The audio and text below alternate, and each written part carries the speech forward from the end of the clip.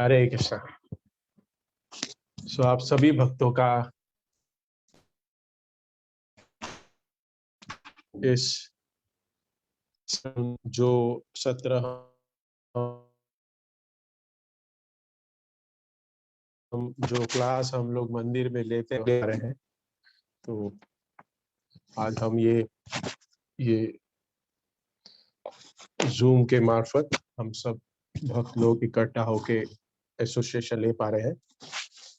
सो हम जैसे आप सबको पता है कि आज का हमारा विषय, जैसे हम भगवत गीता पढ़ रहे हैं उसके दूसरे अध्याय के 50 श्लोक तक हम वहाँ पे यहाँ तक हमने चर्चा की है।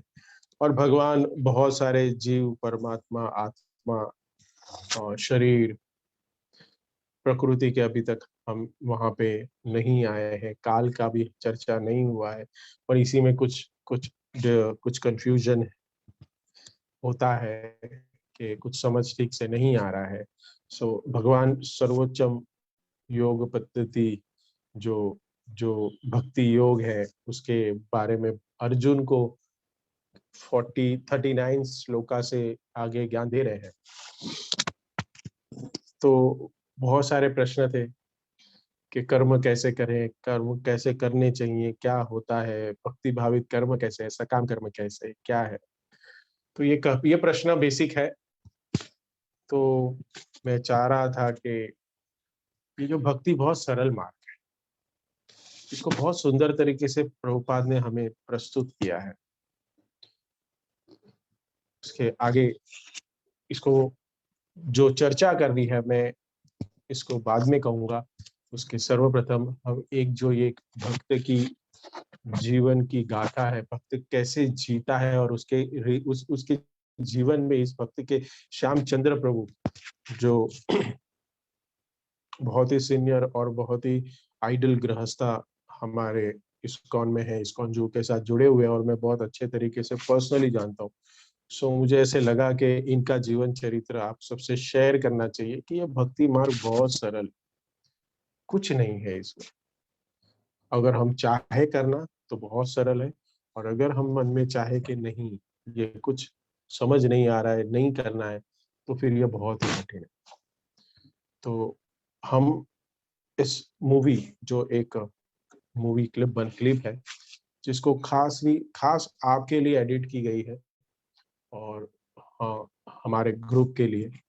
ये वीडियो बहुत बड़ा है, बट हमने संक्षिप्त में जो हमारे लिए जो ज्ञान अभी का जो हमारा भगवत गीता का टॉपिक और उसके रिलेटेड जो भी कंटेंट है, तो उसको हमने एडिट किया है और आपके समक्ष अभी प्रस्तुत करेंगे।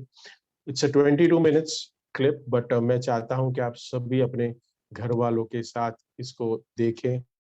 अगर स्क्रीन मिररिंग हो सकता है तो बहुत अच्छा है, आज तो सब कुछ टेक्नोलॉजी है। Otherwise you can have on Bluetooth speaker में लगा सकते हैं, अगर कोई अगर फैसिलिटीज है तो। लेकिन बहुत सुंदर ये उनका चरित्र है और कैसे ट्रांसफॉर्मेशन होता है और कैसे भगवत गीता उनके जीवन में अनुरूप होती है, जीवन जीने के लिए उनको गाइडेंस मिलता है और कैसे सुख समृद्धि की तरफ वो आगे बढ़ते हैं। भगवान कृष्ण कैसे उनकी सारी रिक्वायरमेंट को पूरा करते जाते हैं उनके जीवन में। ये एक 22 मिनट की छोटी क्लिप है। सो मैं होस्ट को रिक्वेस्ट करता हूँ कि प्लीज वो स्क्रीन शेयर करके मूवी को शुरुआत करें और इस इस क्लिप को हम देखें। उसके बाद हम थोड़ा सा इसकी के ऊपर हम चर्चा करेंगे। So the clip Dhananjay is going to start. So मैं रिक्वेस्ट करता हूं कि आप लोग सब लोग इसको देखिए, उसके बाद हम फिर चर्चा करेंगे इसके रिलेटेड। हरे कृष्णा, आप सभी का स्वागत। आज हम आपके समक्ष we are going to show you the lifestyle and how the devotee lives and how the devotee work in material world। वो कैसे अपने प्रोफेशनल लाइफ में काम करते हैं और वो कैसे जीते हैं, and how this spirituality, how this Krishna consciousness life enhance in material life also, and how this helps to grow in in spirituality. It's a wonderful story, and I know him personally, and I know since I was a child. Child means you can say I started going to ISKCON in a 10th standard when I was in 10th, and I used to see him, Shyam Chandra Prabhu, and I have some good affection with him because my name is also Anirudh Chandra and his name is Shyam Chandra Prabhu. I know I used to see him with his two children and Mataji, and really inspired me a lot. And when when I got married and to Lakshmi Priya, and we got a kid, Dhananjay. Now he is 13 years old. So I always see that how they brought up their children so nicely, and they both are accepting Krishna consciousness, and they are good devotee now because of the parents have give them a good teachings, learnings, and everything. So I know once I met him to both Shyam Chandra Prabhu and his wife, and I was discussing how they brought up their child, and how both Arvinda, who is now Amarendra Das, and very big followers that he has in Facebook, and he is a motivational speaker, and as well as he is a MS, and he is working in US. And second son Arjun, he is in Microsoft, and both have a good material life and spiritual advancement also. So this is a short video we made, and we have edited just for you in our group कि हम जो भगवद गीता पढ़ रहे हैं, we are learning Bhagavad Gitas, why, how this Bhagavad Gita help him, and how his journey is going on. So I want you all to listen very carefully, see carefully, because you all listen every day, but entertainment with the videos, it's really sometimes required for change.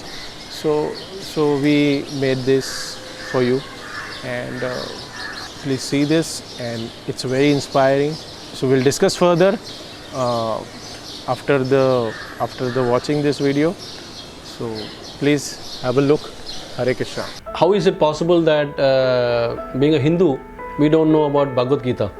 So that was because I felt that Muslims follow their religion properly through Quran, Christians follow their religion properly through Bible.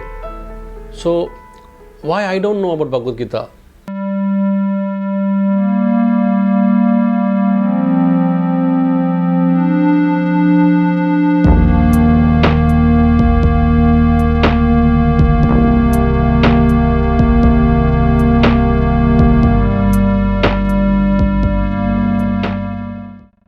Hare Krishna.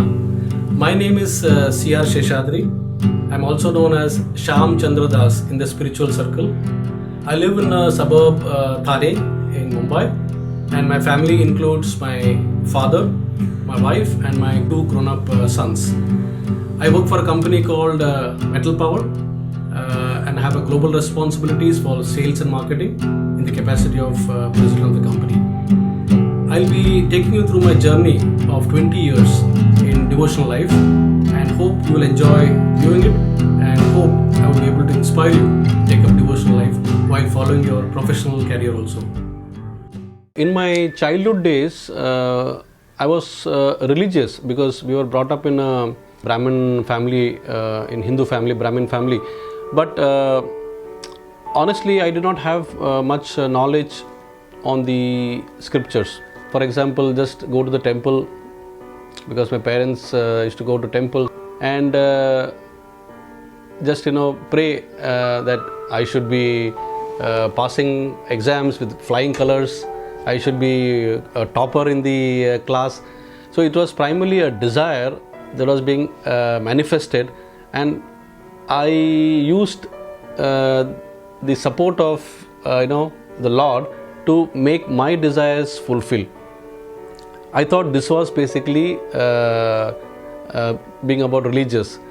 So sometimes I wonder, how did I come into Krishna consciousness? So maybe it's my past karma, maybe it is the prayers and blessings of my parents, I don't know.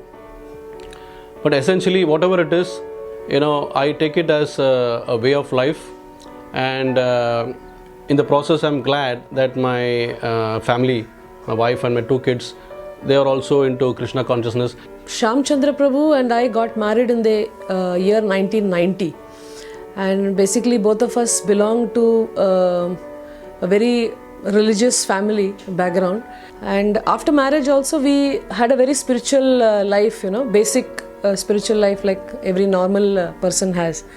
We used to visit temples and everything. I think it was 92 February, my first son Arvind was born, and that was probably the very proud moment for me as a father, because I suddenly realized that the world is different now.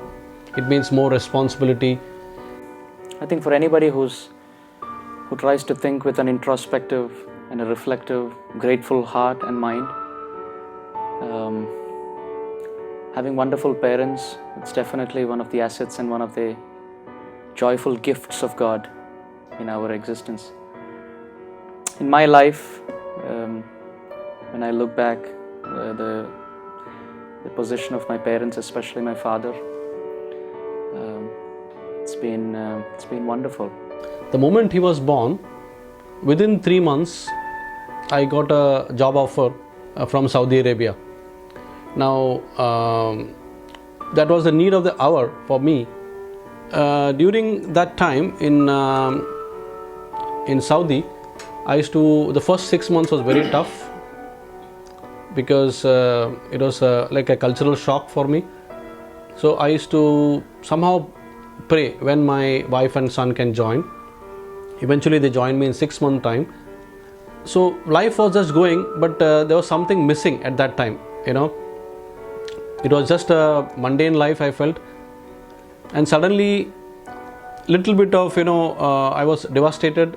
I think it was it was June 1995 when I got a call from India through another family that I've lost my mother. Now, this was a big shock for me. Hard to control my emotions, because I was very, very close to her, very closely attached to her, and she loved me a lot, being the only son after 3 daughters. So when I came home, I cried. I just could not control my emotions, because I came to a place and I'm not able to see her, and I will never be able to see her. And after that, I think on that night, if I remember, that was the first time I started chanting the Mahamantra. Thanks to my third sister, Jaganmohini. She said that, you are not able to bear the loss, so at least chant the holy name of Hare Krishna. I mean, it goes this way: Hare Krishna, Krishna Krishna, Hare Hare, Hare Ram, Ram Ram, Hare Hare. So this mantra on a bead bag, I took up chanting, and one full night, because I could not sleep in separation from my mother, I started chanting. And then of course I had to go back to Saudi, because I had to continue my contract. And from there, I think my along with my professional life, my spiritual life also started developing. I started understanding that it is not enough only to be par excellence in your professional career, but it is important to nurture your inner self to make you that much more stronger in life. In one of the meetings in Saudi Arabia, it so happened that we had a lot of friends from Pakistan, Egypt, and a few other countries as well, locals, Muslims, when they were trying to talk about the Quran and how it helps in developing them as a good human being. They were also keen to hear from me about Bhagavad Gita, and I was sort of very much embarrassed with myself that I did not know anything. That trigger took me to a situation where I came back home and I narrated to my wife, and I told her that, look, if and whenever we go back to India, we should at least explore Bhagavad Gita. And further, what I thought was, my children, my second son was just born at that time, so 95 I think, so my children were very small. So we felt that if we understand Bhagavad Gita, we can also be instrumental in raising them in a proper manner. Okay, so we felt there were multiple benefits of reading the scriptures. So in 97, when I came back, I started to explore different avenues to learn Bhagavad Gita. So we went to the Ramakrishna mission, we went to the Chinmaya mission, tried Osho, we tried all possible, Brahma Kumari and all that. And I deliberately kept ISKCON as the last destination. While I was in Saudi, I used to get a lot of messages from my devotee sister, giving me some, through letters, because during those days, emails and mobiles were not there. So she used to send me letters, and they used to come like a bunch, and I used to spend weekends sometimes reading all those letters, 20 pages, 30 pages, and I used to cry because she, through Bhagavad Gita's explanation, she was touching my heart inside. So finally, after exploring all these options, when I came to ISKCON in the Hare Krishna land in Juhu, what struck me immediately was two things. One is the temple altar. The beauty of the altar of Radha Krishna deities were unmatchable compared to any other place. I mean, they are decorated so magnificently that I felt like I'm seeing something really transcendental. The second thing that struck me was they used to have this discourses, even now they have, where they give spiritual discourses. So in such discourses, the speaker is a very senior person, of a sannyasi level person, and among the audience, they have during those days a lot of intellectuals, people from academics, engineers, doctors. They all used to come, and a lot of questions were exchanged and right answers were coming. So I was not having the knowledge to ask the right question, but thanks to those people who were asking the right questions, I was getting the benefit.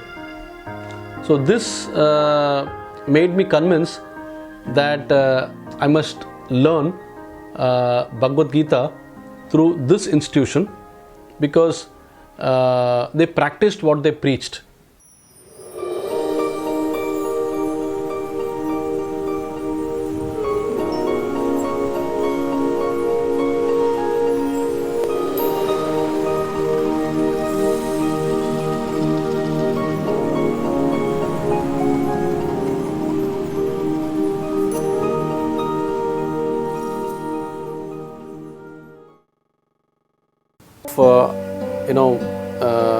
Scrutinizingly reading the scripture, other scriptures also, along with that Bhagavad Gita also, and through the institution of ISKCON, we found the right forum where we could put our questions from all spheres, from the personal front, that is in the family upbringing, then the professional challenges, and also how to grow spiritually.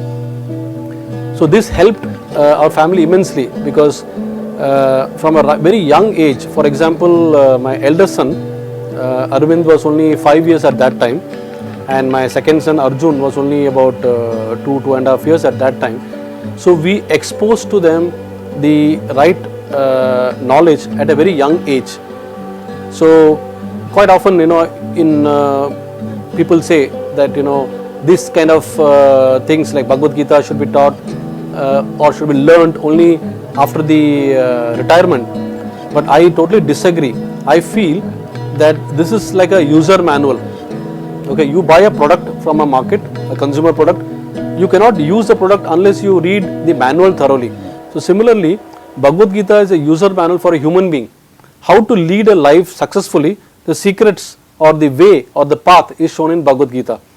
So when we started reading it, we were getting more and more convinced, and then we thought this is the way this is the time we should impart the children to that.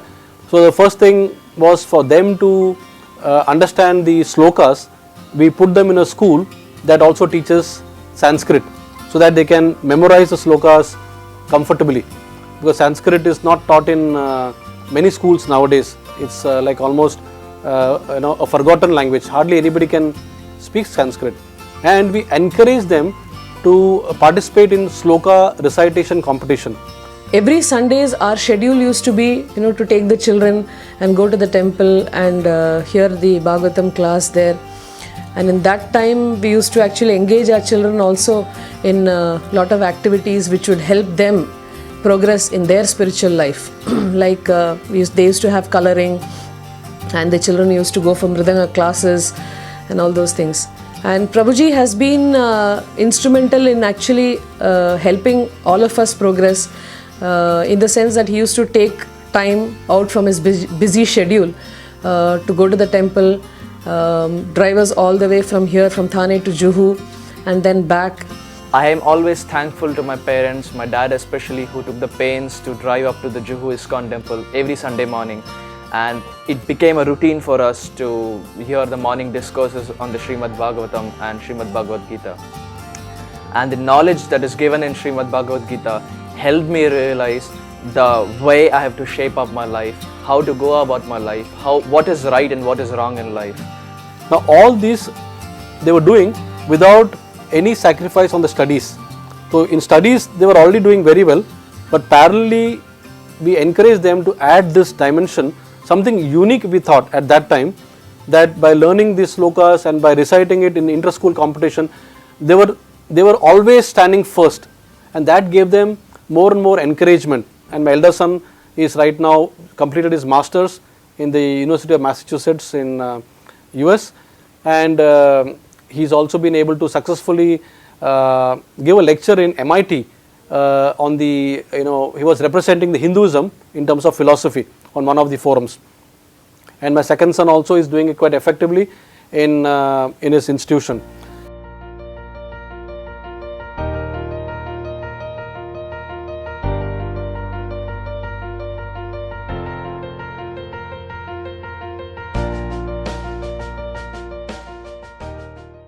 Many a times I encounter this question. People ask me, okay, spirituality you're following at home, but then how do you manage the same standards when you travel abroad? That's something it's beyond understanding of many people, because there are many countries where language problem, the food habits are different, culture is different. So how do I maintain the same standards, or is it that I follow only at home? So it's very simple. I actually follow the same standards wherever I travel throughout the world, whether it's Vietnam on this side or whether it's Mexico on that side. I follow the same standards. And how do I do that? I actually carry a travel altar along with me, which includes the photos, pictures of my spiritual master, His Holiness Bhakti Swarup Damodar Swami, then Srila Prabhupada, the founder of ISKCON, and Gaur Nitai, and also Sri Radhakrishna photos. So these pictures I carry, and I set up a small table altar inside the hotel room where I stay, and I offer incense sticks, that is agarbatti, I offer flowers, and so that gives me a good aroma. The moment I get the aroma of agarbatti, I know I am in a spiritual place. And then I do make some preparations, some mild preparations like khichdi and all in the hotel room I make, and I offer it to the Lord. Sometimes I buy fruits and I offer to the Lord. So this way what happens is I follow the same spiritual practice standards wherever I go, and then I do my japa rounds in the morning hours after doing all this. And once I'm done with all that, it's time to go to meet my clients, and my day starts around that time. So that way I'm able to balance quite well between spiritual and my professional practices. He has worked with me both at Agilent Technologies as well as Thermo Fisher Scientific in senior managerial positions. His two sons, Arvind and Arjun, coming up extremely well in their studies and also doing well in the service of the Lord. They brought up them, both the children, in a very Krishna consciousness environment. Because of them, the children become so nice. He has been recognized both by Agilent Technologies and Thermo Fisher Scientific for his performance and was awarded the High Achiever Award as well as the President Club Award by these companies respectively.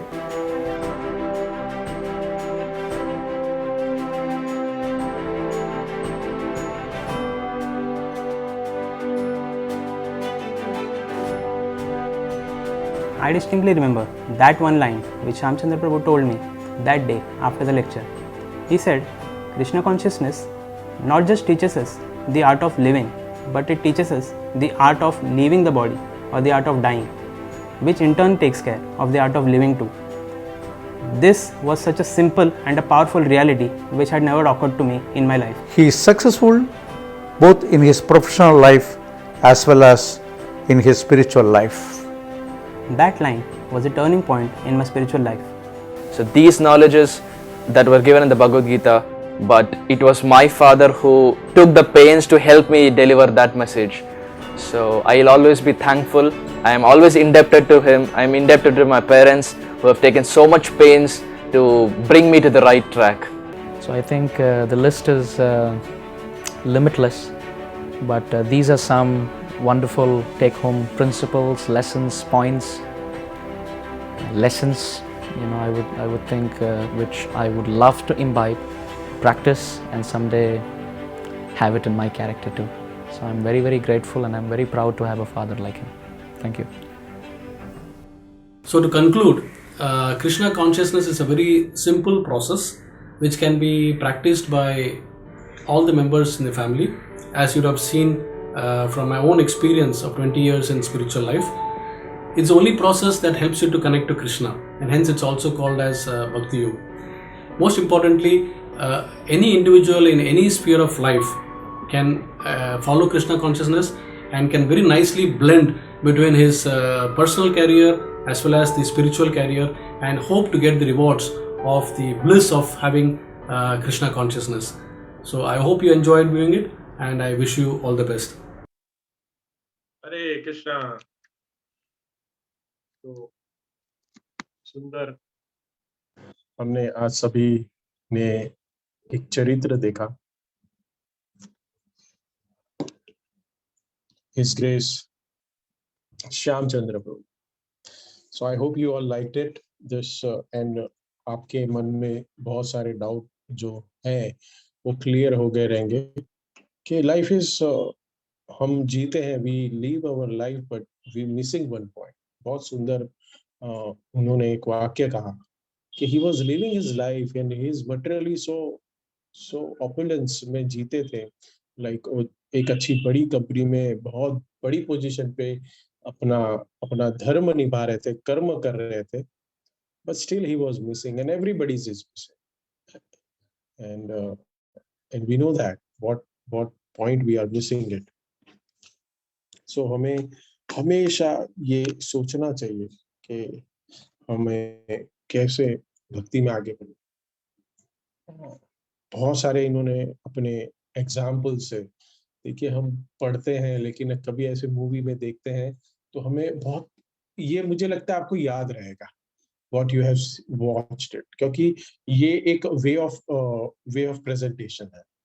इसलिए हम कभी movie देखते हैं, देखिए उसमें हम 3 घंटा कैसे थिएटर में जाके स्क्रीन के सामने अकेले देख रहे हैं और एंजॉय करते हैं। वी फील दैट कि नहीं, हमें फिर याद रह जाता है। So this is a way of presentation one, कि एक भक्त का जीवन कैसे भगवत गीता से उन्होंने अपनी लाइफ में चेंज लाया। How this Bhagavad Gita helped him for doing his bhakti yoga. जब हम भक्ति करते हैं, भक्ति योग करते हैं, तो मैं अभी आगे बताऊंगा आपको कि it's a very simple process and we don't have to worry much about it. It once we see, when we get up in the train, जब हम कोई ट्रेन में बैठते हैं, so वो जगह ट्रेन कोई एक डेस्टिनेशन पे जाने वाली है और आपको पता है कि ये ट्रेन वहां जाएगी। So are we worried about it कि हम बार बार वो किसी को पूछते हैं कि ये ट्रेन सच में जाएगी क्या नहीं? बार बार वो जो मोटरमैन होता है उसको जाके डिस्टर्ब करते हैं, हम उसको डिस्टर्ब करते हैं, अरे हमारे लोकेशन पे बराबर लेके जाओगे ना? नहीं, because we have a trust on the government, we have a trust on a railway कि this train will definitely. So the same way as we have connected to the Bhagavad Gita, जब हम स्पिरिचुअलिटी में आते हैं, भगवान की वाणी को जब सुनते हैं, तो क्या होगा? We are definitely going to reach our destination. हाँ, लेकिन we have to change our destination. अगर हमें मटेरियल वर्ल्ड में ही पढ़ना है, जन्म पुनरपि मरणम पुनरपि जननम जठरा अग्नि, ये इसी चक्कर में पड़े रहना है, so that you have to board the train different, अलग ट्रेन है। But once we have realised that कि no, my real father mother is there in that destination, वो वहां रहते हैं, so we have to go there. देखिए, we have to understand एक चीज, मैं कल पढ़ रहा था, बहुत बहुत इंपॉर्टेंट चीज। Why Krishna choose arjuna on युद्ध क्षेत्र? वहां पे ज्ञान देने का क्यों भगवान ने सोचा है? देखिए क्यों सोचा कि भगवान जानते थे कि अगर कोई गुफा में बैठ के अर्जुन से गीता कहूंगा तो आने वाले युग में लोग क्या कहेंगे? लोग कहेंगे कि अर्जुन फ्री था, गुफा में बैठा था, उनकी लाइफ में क्या काम था, हमारी लाइफ में तो क्या क्या हम कश्मकश से जा रहे हैं, कितना काम करना पड़ता है, सुबह 9 से लेके शाम को 7 बजे तक इतना काम होता है, दिमाग खराब हो जाता है, इतनी सारी समस्या, इतनी सारी प्रॉब्लम्स। तो गीता को, ये जो वैदिक शास्त्र है, इसके ज्ञान को अरण्य ज्ञान कहता है। अरण्य ज्ञान, शांति वातावरण में, जंगल में, गुरुकुल में, ये ज्ञान गुरु से शिष्य के पास आता है। लेकिन इस ज्ञान को भगवान ने युद्ध क्षेत्र में दिया, क्योंकि हमें बताने के लिए कि अर्जुन भी बहुत बिजी था। He is on this death. He was sitting on his death. मरने वाला है कौन से भी दिन। हमारा तो ऐसे नहीं है, हम ऐसे युद्ध तो नहीं कर रहे, लेकिन किसी का भी कोई फाइनल बोल नहीं सकते आज के काल में। जैसे सबके पता है कि कोरोना काल चल रहा है, nothing can happen. If you have RT-PCR today and you are negative, but you don't know after 1 hour if there is something happen, और ये RT-PCR को भी 2 दिन लगता है, तो 2 दिन में अगर कोई किसी के साथ आपका कनेक्शन हो गया है वायरस के साथ, so we cannot say anything. So Arjun, भगवान कहते हैं कि सामने युद्ध है अर्जुन के, और भगवान वहां ज्ञान दे रहे हैं। He was busy with fighting and Krishna is teaching. उस टाइम पे अर्जुन ने गीता सुनी, तो हम भी युद्ध ही कर रहे हैं, अलग अलग कर्म कर रहे हैं। ये हमें लेना पड़ेगा, हमारे कर्म हम जो करते रहे उसके साथ लेना पड़ेगा। हमारे डे टू डे के युद्ध जो है, बॉस के साथ, बच्चों के साथ, बीवी के साथ, ऑफिस के साथ, ये उसके बीच में हमें भगवत गीता का ज्ञान लेना है, तब जाके मन स्थिर होगा। रेगुलेटेड पढ़नी है। भगवान कितने कृपालु है, हमें गीता तो दी है, भगवत गीता दी, उसके साथ साथ अगर हम उसके अंदर का ज्ञान देखें कि हमारी लाइफ को कितना सरल बनाया है एज ए ह्यूमन बीइंग। ये जो मानव जन्म मिला है, शास्त्र कहता है कि हमें रोज यज्ञ करना चाहिए, गृहस्थों को डेली यज्ञ करना चाहिए। This is system. हमें रोज घी के अन्न की आहुति देनी चाहिए, गरीबों में खाना बांटना चाहिए। गृहस्थ का धर्म है। आप अगर देखोगे हमारे इस्कॉन के मंदिर में, आज भी मेरे पास 2 मंदिर है जो में मैंने देखा है कि डेली अन्न की आहुति, घी की आहुति और ऐसे अलग अलग पदार्थों की आहुति डेली सुबह यज्ञ होता है, डेली सुबह। तो मैंने पूछा कि डेली, क्योंकि कहीं कहीं जगह पे नहीं होता, हम देखते हैं। तो मैंने बोला क्यों होता है? तब मुझे एक पुजारी ने मुझे बताया शास्त्रों कि डेली करना जरूरी है, और गृहस्थ को, और वहां देखते हैं कि हर गृहस्थ कुछ ना कुछ वहां दान देते हैं और उनके बिहाफ में वो यज्ञ होता है daily. And it's not a very expensive, वो 501 रुपया लेते हैं और डेली एक कुछ आधा घंटे का यज्ञ होता है, और पुजारी लोग पर्सनली एक रूम बनाए वहां पे कर लेते, लेकिन बहुत जरूरी है गृहस्थ को करने के लिए। तो ये सबको, क्योंकि ये यज्ञ क्यों करते हैं? ऋषि ऋण है, गुरु ऋण है, प्रकृति ऋण है, हमारे पास देह का ऋण है, ये सारे ऋण हमारे जीवन में, और इस सारे ऋण को उतारने के लिए यज्ञ करना चाहिए। ये शास्त्र में दिया है, लेकिन यज्ञ करने के लिए हमारे पास समय किधर है? तो समय भगवान ने सिंपल 9.27 में क्या बताया कि यद करोषि। ये बहुत सुंदर श्लोक है कि तुम जो भी करते हो मेरे लिए करो।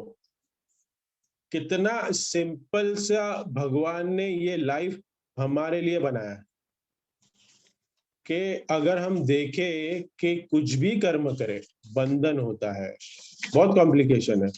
हम कुछ भी कर्म करें लेकिन बंधन होगा, लेकिन हम कर्म नहीं करेंगे। प्रभु जी आपने बताया कर्म करने से बंधन लगता है, कल से कर्म हम नहीं करेंगे, बैठ जाएंगे। यू कैन नॉट सिट, हम बैठ ही नहीं सकते। खाना है, घूमना है, कमाना है, सब कुछ करना है, बिना कर्म करे कैसे रहेंगे? कर्म करूंगा तो बंधन हो जाएगा। यही हम लोग भगवत गीता में पढ़ रहे हैं अभी। कर्म करूंगा तो बंधन हो जाएगा, कर्म नहीं करूंगा तो रह नहीं सकता, तो करूं क्या? समझ में नहीं आ रहा है। भगवान ने क्या कहा? कर्म करो लेकिन मेरे लिए करो, बस खत्म।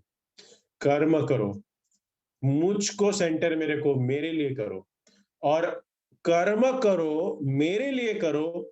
वो क्या है? वो है भक्ति योग। कितनी सिंपल है, लेकिन कई बार हम लोग कंफ्यूज हो जाते हैं। अगर भगवान को ये सारा सब कुछ देना था, भक्ति योगी करना था, ये सब हमें भक्ति ही करनी है, तो इतना सारा ज्ञान क्यों दिया हमें? ज्ञान योग, सांख्य योग, कर्म योग, ध्यान योग, ये सब कॉम्प्लिकेशन क्यों दिया? 700 श्लोक देने की क्या जरूरत थी? 2 श्लोक में बता देते थे। हमें कंफ्यूज क्यों किया? कंफ्यूज करने के बाद क्यों बता रहे हैं कि भक्ति करना है, भक्ति योगी सर्वश्रेष्ठ है? तो हमें चीज को लंबी लंबी खींचने की यहाँ बात नहीं है, सारा ज्ञान इंपॉर्टेंट है। ये सिंपल बात है। उदाहरण सो देखिए, इतना हमें भगवान बताने के बाद भक्ति योग बता रहे हैं, क्योंकि ये हमारा स्वभाव है। आपके पास, अगर आपके पास कोई आके कहता है कि पिताजी बेटा आके कहता है कि मुझे मुझे पढ़ाई में इतना मार्क्स मिला है, तो जब भी हमें पता चले कि इसका इतना मार्क्स आया है, तो प्रश्न क्या होगा? हम पूछेंगे कितने मार्क्स का था? ओके, इसमें से इतना आया। उसको, तेरे दोस्त को कितना आया? उसको कितना आया? उसको कितना आया? ये हम कहेंगे कि कंपेयर करते हैं हम इसको। ये हमारा स्वभाव है, नेचुरल है ये। We are comparing our self, we are comparing our children, we are comparing our life, we are comparing our wealth, we are comparing our comfort, we are comparing our assets. comparing स्वभाव है हमारा। ये इसी के लिए भगवान directly बोलते थे ना, भक्ति करो, तो हमें अच्छा नहीं लगता, तो हम करते अरे चलो ठीक है। इसलिए भगवान कंपेयर करके दिखा रहे, ज्ञान योग देखो ऐसा है, ध्यान योग ऐसा है, कर्म योग ऐसा है, ऐसा करेगा तो ऐसा होगा, वैसे करोगे तो वैसा होगा। तुम्हारे पास शरीर है तो ये दुख भोगने के लिए तुम्हें शरीर भी दिया है, तो ये सेंसेस को कंट्रोल करोगे तो ऐसे होगा, ये अष्टांग योग करोगे तो ऐसा होगा।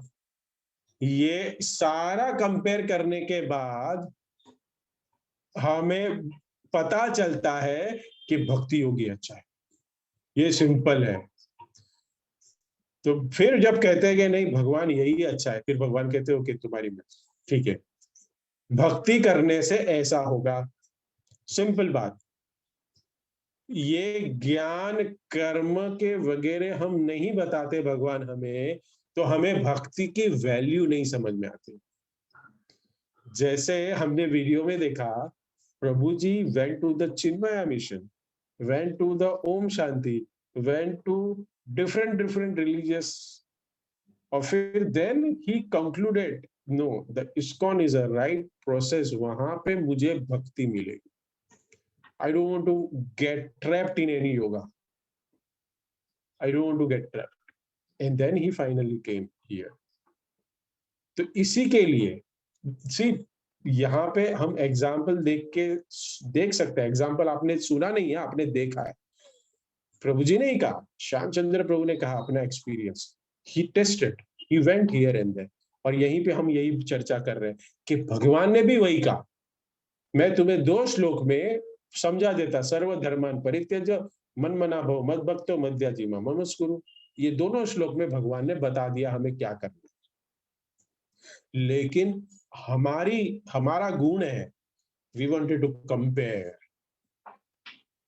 And after comparison which comes best, जो सबसे बेस्ट है वो हमें चाहिए। तो इसके ये लेके इधर लेके आओ, वर्स जो है कुछ हमें एक्सपीरियंस लेना पड़ेगा। इसलिए भगवान ये सभी हमें बता रहे हैं, सभी योगों का, सभी कर्म योग का, सबका ज्ञान दे रहे हैं। इमेजिन करिए एक स्टोरी में एक राजा है, वो बहुत बड़ा राजा है। इन्होंने इस देश पे आक्रमण किया और जीत लिया, उसको हराया, उसको किया, इस देश को भी हराया, ये देश के राजा है, वो देश भी उसका है। ये ऐसे ये ग्लोरिफिकेशन हम करें, ये बहुत प्रभावशाली राजा है, ऐसा हम कहिए, विश्व को जीत लिया है और ये पूरा विश्व उनके कब्जे में। और फिर यही राजा एक छोटे से गांव में एक किसान ने इस राजा को हरा दिया। देखिए, इतना बड़ा राजा है लेकिन एक किसान ने उस राजा को हरा दिया। तब हम कहेंगे अरे बाप रे, इतना बड़ा राजा और एक छोटे से किसान के साथ हार गया, एक गांव का छोटा किसान। अब क्या होगा? अभी हम क्या सोचेंगे कि हमें उस किसान की महिमा हमारे हृदय में आते हैं कि अगर इतना बड़ा राजा को अगर एक छोटे से गांव के एक किसान उसको मार सकता है, he is not Kshatriya also, लेकिन एक किसान मार सकता है, तो क्या होता? हम क्या सोचेंगे, अरे बहुत महान होगा ये व्यक्ति, किसान बहुत व्यक्ति महान होगा। लेकिन अगर मैं ये प्रेजेंट पहले ही ऐसा करता कि एक राजा को एक किसान ने, एक छोटे से गांव के किसान ने मार दिया, तो हमें कोई बड़ी बात नहीं लगती। ये इतना राजा बड़ा है, इतना वैभवशाली है, इतना शक्तिशाली है, और ये सारा ग्लोरिफिकेशन करके अगर मैं बाद में बताता हूं आपको कि इस राजा को एक छोटे से किसान ने उसको मार दिया, तो उसके प्रति क्या होगा? ये तो बहुत शक्ति वाला किसान है, ऐसे आप सोचोगे क्या? नहीं। तो सारे भगवान इस भगवत गीता में सारे योगों का, सारे ज्ञान योग का, अष्टांग योग का सब कुछ बता रहे हैं। लास्ट में भगवान कहते हैं, लेकिन भक्ति योग से आप मुझे वश में कर सकते हो। सिंपल। एक छोटी से गांव का जो किसान है ना, यही भक्ति है। इट्स नॉट कॉम्प्लिकेटेड, यही भक्ति है। क्या करना है? Have you seen any extraordinary thing Shyam Chandra Prabhu is doing in his movie? He's chanting, he's doing आरती। हमने भी देखा है, घर में हम करते ही हैं। ऑफरिंग फूड देखा है हमने। भगवान की सेवा करो, यही भक्ति है। वो छोटा सा जो फार्मर है ना, एक गांव का जो खेती करने वाला एक किसान है, वो भक्ति है। बहुत छोटी है, बट उसमें बहुत बड़ा फल है, उसमें बहुत बड़ा पीछे ज्ञान है, उसके पीछे बहुत बड़ा। भगवान कहते हैं कि मेरे धाम में आ जाते हो। क्या करना है? भगवान को मन में रखना है, भगवान का प्रसाद खाना है, सब कुछ भगवान को अर्पण करना है। और देखो, अर्पण करने के बाद भी वो लेते नहीं है, वो हमारे पास ही रहता है, वो रहता है हमारे पास।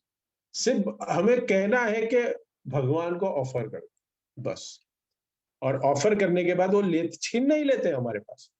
अगर अपने कोई एक अच्छा घर खरीदा है और उसको आप नाम दे दो कि कृष्ण निवास, आरती करो भगवान के, वैष्णव को बुलाओ, भोग लगाओ, प्रसाद खिलाओ, भक्तों का संग लो, तो क्या होगा? आपका घर समाप्त हो जाएगा? कोई लेके चला जाएगा एक बेडरूम? नहीं, वही का वही रहेगा, आप ही भोगोगे, लेकिन भगवान को सेंटर में रख के। यही भक्ति योग है।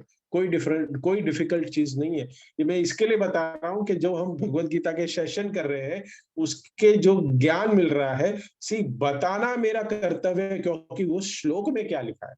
बट हमारा जो फाइनल डेस्टिनी होगा, जो हम धीरे धीरे आगे बढ़ रहे हैं, एक एक श्लोक की गहराई में चर्चा कर रहे हैं, तो बहुत सारे प्रश्न पर्सनली आते हैं कि प्रभु जी ये है वो है। इसलिए मैंने सोचा कि somewhere the new audience is not getting cleared in my, एक कुछ क्लियर पिक्चर नहीं हो रहा है, इसलिए मैंने कहा मूवी दिखाओ and tell them that this bhakti yoga is not at all difficult to follow. It's so simple process. Simple सी बात है। कोई भी विशेष योग करने की जरूरत नहीं है। उल्टा आपको खड़ा नहीं होना है, एक पैर पे खड़ा नहीं होना है, खाना नहीं खाना, ऐसा कुछ भी नहीं है। कोई ध्यान, ये त्याग कुछ करने की जरूरत नहीं है हमें। सिंपल थिंग, सिर्फ भगवान को प्यार करो, लव करो, अपने स्मरण में रखो। और ये सब सुनने के बाद जब हमें लगता है कि कितना डिफिकल्ट था, बहुत सारा डिस्क्राइब हो रहा है भगवत गीता में, लेकिन भगवान ने हमको कितना इजी बना दिया है भक्ति योग देके। भक्ति में सब कुछ है। जैसे 1000 की नोट, वो तो अभी बंद हो गई, तो चलो 2000 की नोट ले ले, तो 2000 की नोट में 500 की भी नोट है, 100 रुपए की भी नोट है, और 50 की भी है। तो वैसे ही ज्ञान योग मीन्स भगवान के बारे में जानना। हम भक्ति में वही कर रहे हैं कि रोज भगवत गीता भागवतम को पढ़ रहे हैं, वो ज्ञान है। कर्म योग यानी क्या? कर्म करो, हम कर्म तो कर रहे हैं, लेकिन वो भगवान के सेवा में कर रहे हैं। ज्ञान हो गया, कर्म योग हो गया। ध्यान योग, ध्यान करो, हम रोज सुबह उठ के जप करते हैं, भगवान का ध्यान करते हैं। भगवान का जप करते हैं तो मुंह पे हरे कृष्णा कृष्णा कृष्णा हरे हरे, हरे राम राम राम हरे हरे, जो मंत्र का उच्चारण करते हैं तो क्या भगवान का ध्यान ही तो कर रहे हैं। धर्म, कर्म, ज्ञान, ध्यान सब आ गया भक्ति में। यही तो भक्ति है। तो भक्ति में सब कुछ है। ये सारे योगों का मिश्रण क्या है? भक्ति योग। और इसी को बुद्धि योग भी भगवान कृष्ण श्लोकों में कह रहे। बुद्धि योग, बुद्धि से तुम करो, और उसका ऑपोजिट है कि मूर्ख जो ये चीज नहीं करता, कृपण कहते हैं। सो भगवान ने बहुत ही सिंपल तरीके से हमें सब कुछ दिया। इतना जटिल है लेकिन बहुत बहुत सिंपल बना दिया। और शिल प्रभुपाद की असीम कृपा से और भी इसको सिंपल बना दिया हमारे समझने के लिए।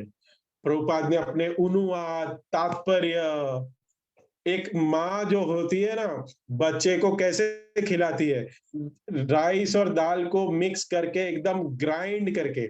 जब हम होटल में जाते हैं खाने के लिए तो हम अगर कुछ ऑर्डर करें तो हमें रख के दे देंगे, ऐसे रख देंगे और खा लो अभी आप लोग।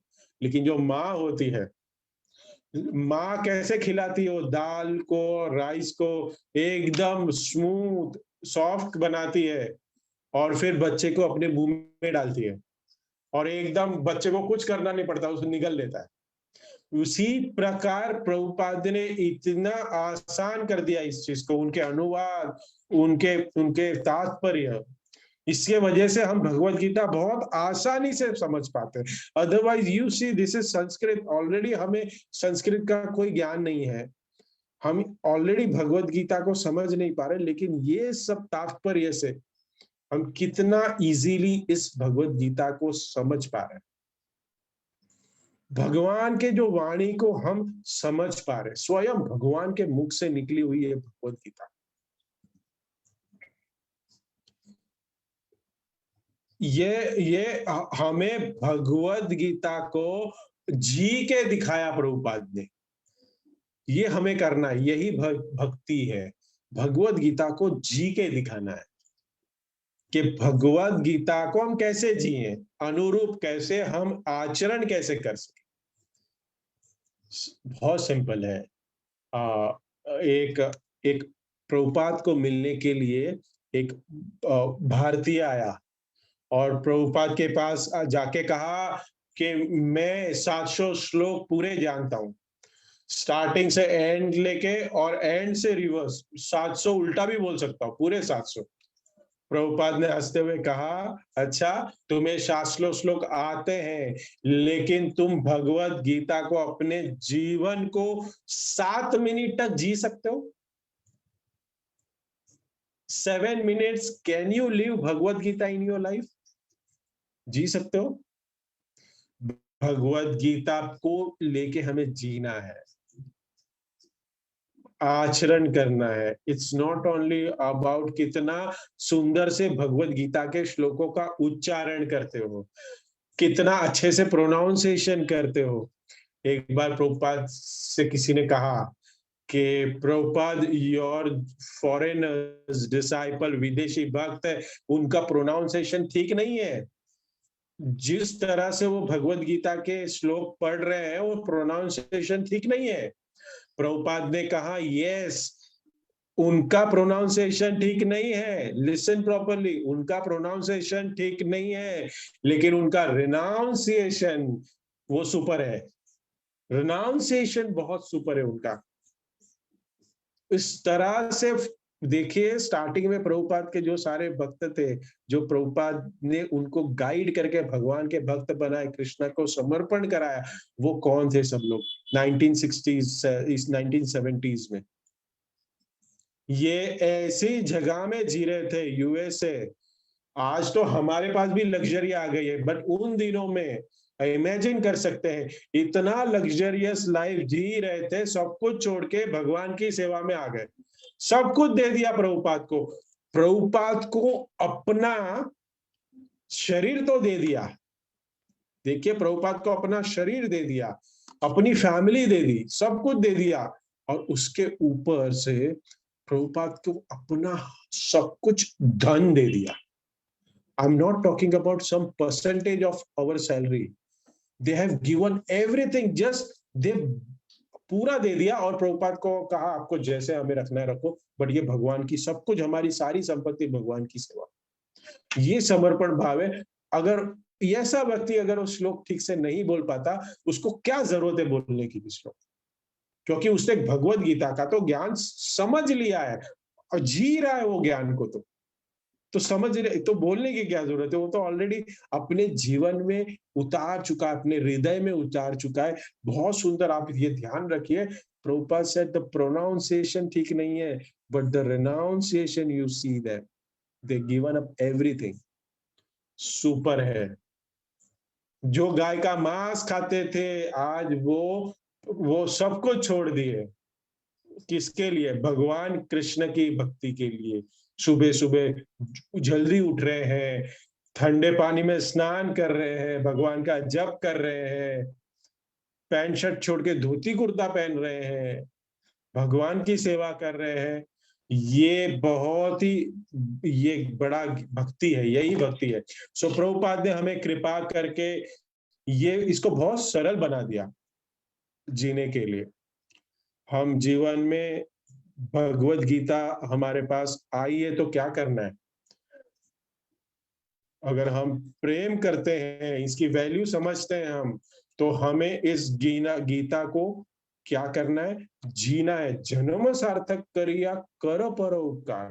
पहले हमें हमारा इस ज्ञान को लेके हमारा जीवन सार्थक करना है। और जब हम अपना जीवन सार्थक कर जाए, सार्थक मतलब कि जीने का उद्देश्य मिल गया, पर्पस ऑफ लाइफ। हमें पता चल गया कि why I am in this मनुष्य जन्म, why I am in this body. मैं कोई कुत्ता और बिल्ली अभी क्यों नहीं बना,